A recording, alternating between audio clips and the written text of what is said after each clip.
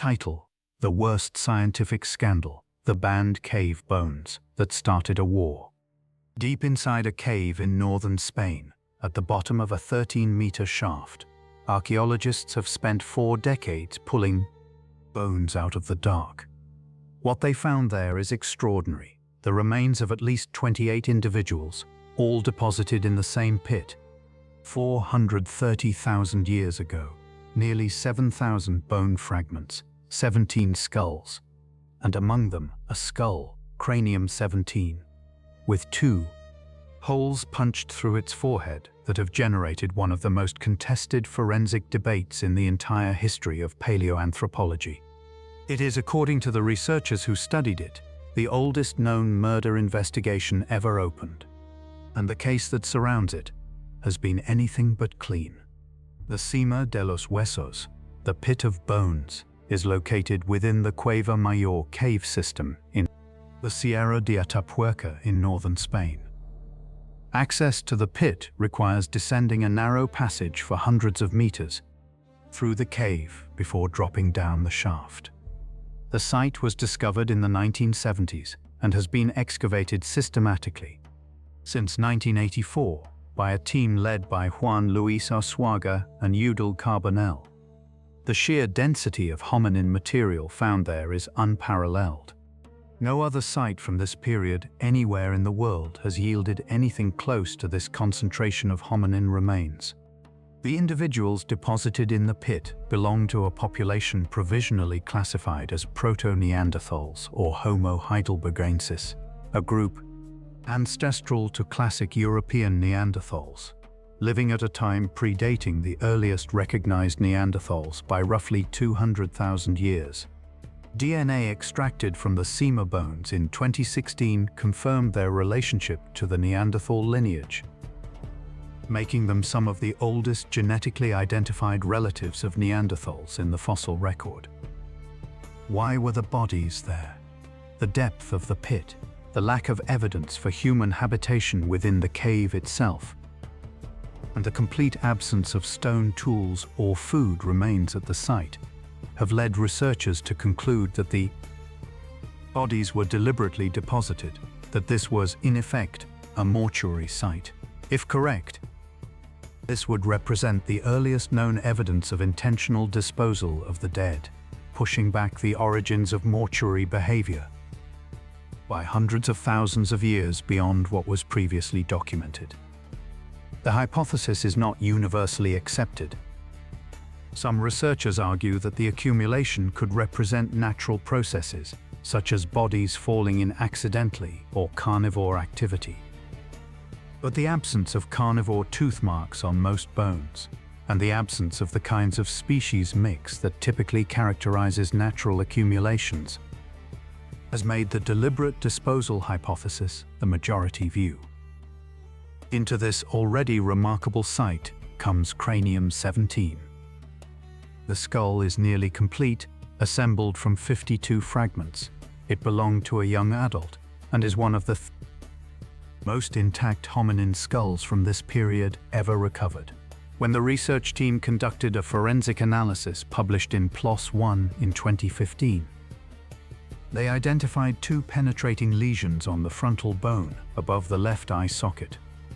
The lesions are approximately oval, consistent with a blunt impact from a hard instrument.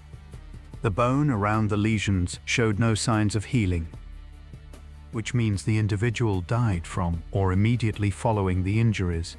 The wounds were perimortem rather than antemortem. The bone had not begun the biological process of repair.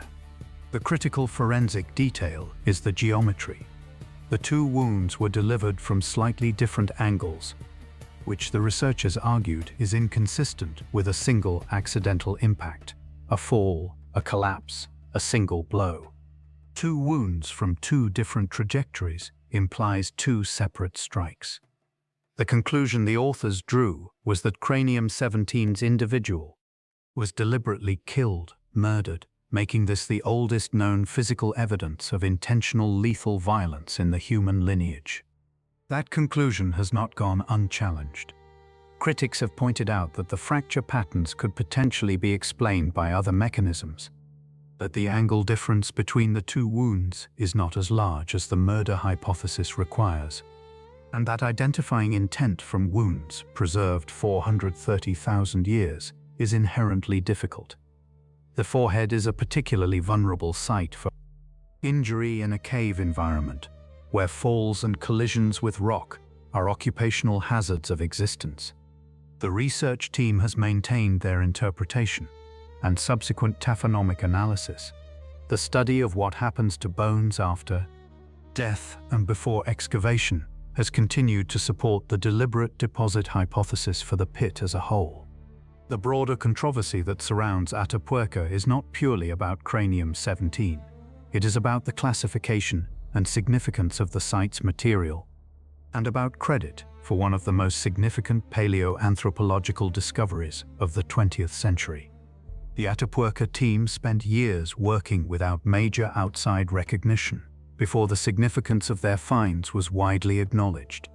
The classification of Homo antecessor, a species named for material from the nearby Grandolina site, has been disputed by researchers outside the team, with some arguing the designation represents a separate species and others arguing it represents regional variation within an existing taxon.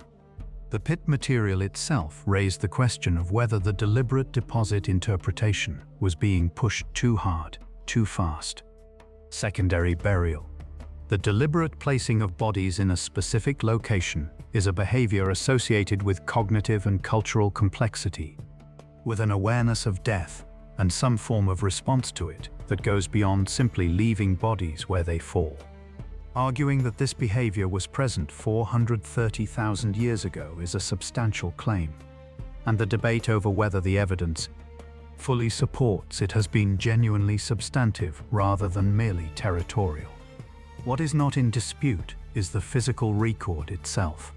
Nearly 7,000 bone fragments, 28 individuals, one nearly complete skull with 2 holes in the forehead, all at the bottom of a dark shaft deep inside a cave in northern Spain, deposited 430,000 years ago.